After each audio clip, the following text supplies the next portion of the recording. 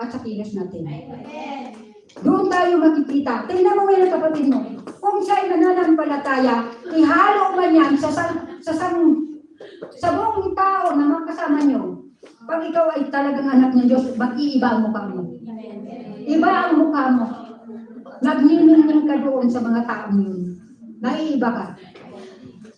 Dahil nakikita, sabi ng Panginoon, makikita sa mukha mo, kapatid.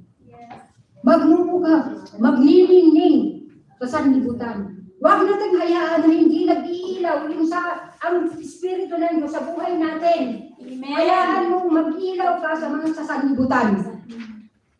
Dahil sabi ng Panginoon, magiging kamukha natin siya. Paano ka magiging kamukha ng Panginoon? Tambalot ka naman nakatalubong ka ng kasalanan. Di ba? Kaya sabi ng Panginoon, lumapit ka para mawala yung talukbong mo at mawala yung kasalanan mo at mag-ilaw ang mukha mo sa sanlibutan. Lahat na makakakita sa iyo ay bakit di ba ang mukha niya? Iba ang aura niya. Di ba? Kasi ibang aura natin mga kapatid. Kahit anong sabihin mo. Pag anak